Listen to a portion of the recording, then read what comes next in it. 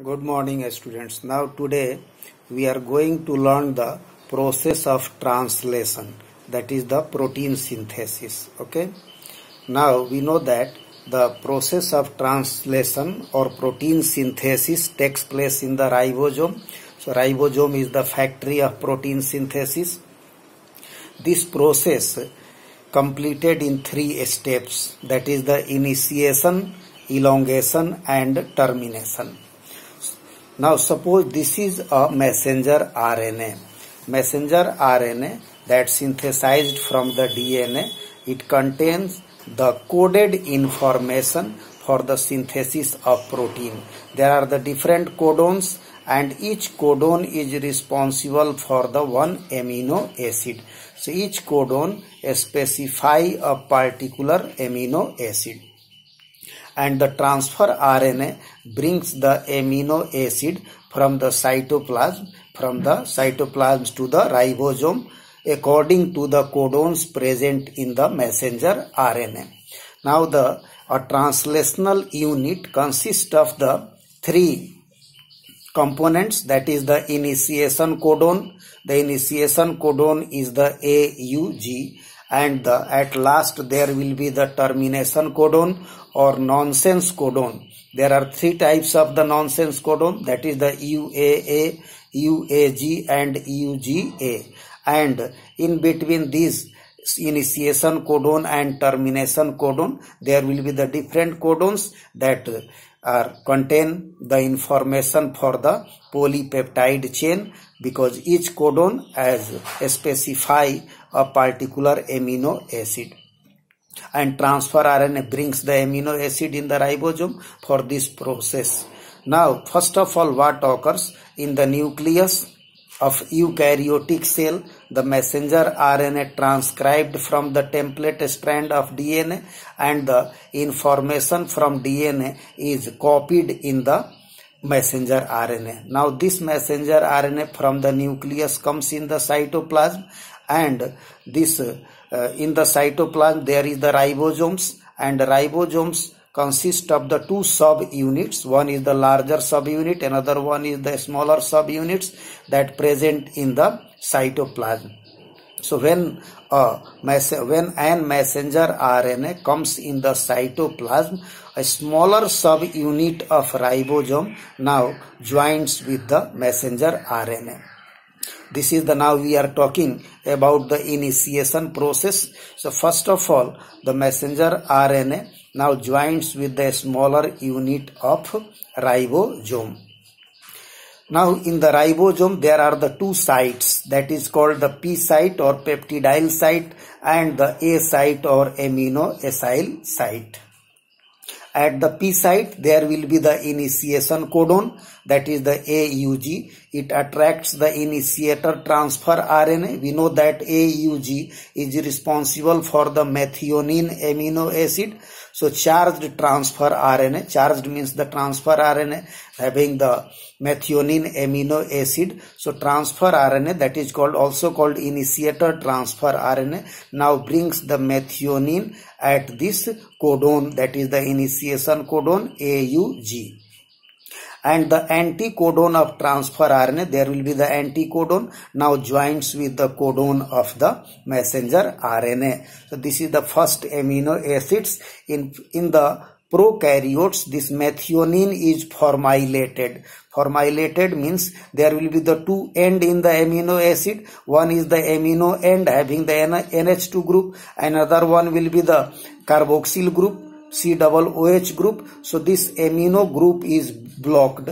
This is called the formylation of amino acid, but in the eukaryotes there is no need of the formylation. So in prokaryotes the methionine is formylated so that its amino group is blocked.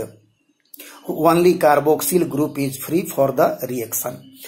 Now after that, this larger subunit now attached with the smaller subunit, and it forms a complete complex.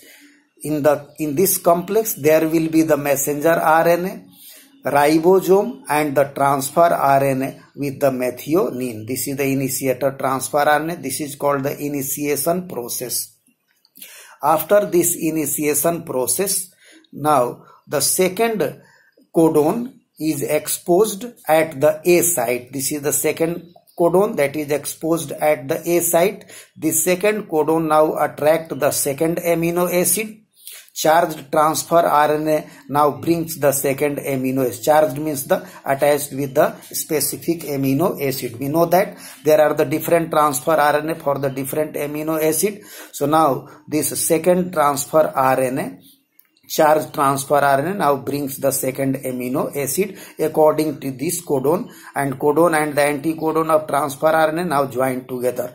After that, a peptide bond formation occurs between the two amino acid, in which the carboxyl group of the amino acid that present at P site now react with the amino group of the amino acid present at the A site, and a peptide bond formation occurs.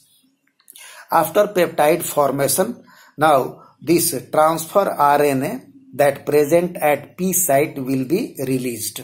And one thing also we should know, this peptide bond formation, this reaction requires the enzyme. So peptidyl transferase enzyme, it is an RNA enzyme that is called the peptidyl transferase enzyme, responsible for this peptide formation.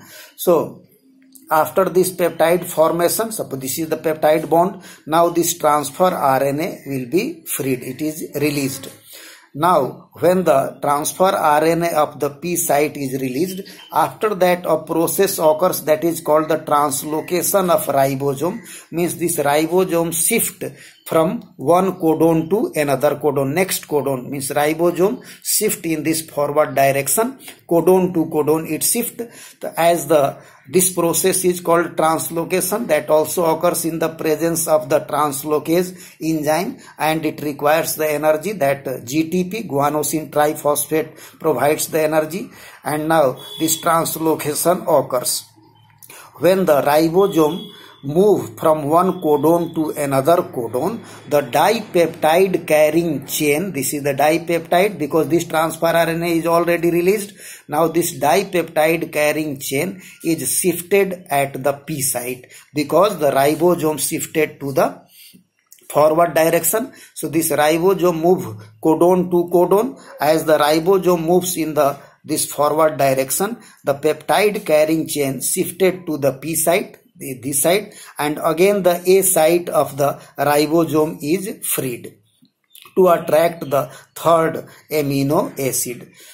So now this codon that present at the A site is exposed, it is freed, and it attracts the third amino acid. So charge transfer RNA now brings the specific amino acid from the cytoplasm at the A site. After that, again a peptide bond formation occurs between the second amino acid and the third amino acid. Then again this transfer RNA that present at the P site is released, and again the ribosome shifted, means the move from one codon to another codon in this direction. So when the ribosome shifted in the forward direction, the peptide carrying chain shifted at the P site. So A site is again free. This process repeated again and again, and finally this ribosome reaches, you can see that this is the finally reaches at the stop codon. The stop codon may be UAA or UAG or UGA, anyone. So when the ribosome reaches to the stop codon, means the A site of the ribosome is occupied by one of the nonsense codons, or termination codons.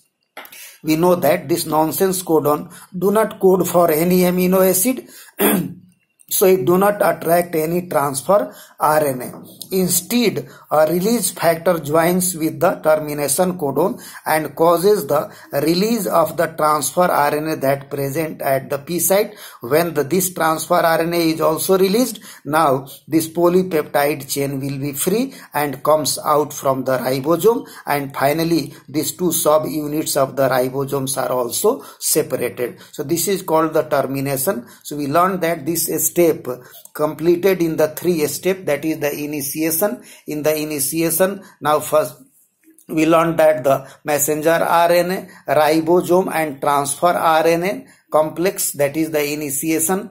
After that, at the A site, the second messenger amino acid comes at the A site, and then peptide formation occurs, and this process is called the elongation, and this ribosome shifted codon to codon and reaches up to the nonsense codon. A long polypeptide chain is synthesized according to the codons present in the messenger RNA. A long polypeptide chain is synthesized, and this process is called elongation. Now the termination. So when the ribosome reaches to one of the nonsense codon, then the termination of the polypeptide chain occurs. So this is the process of protein synthesis or synthesis of a polypeptide. Thank you.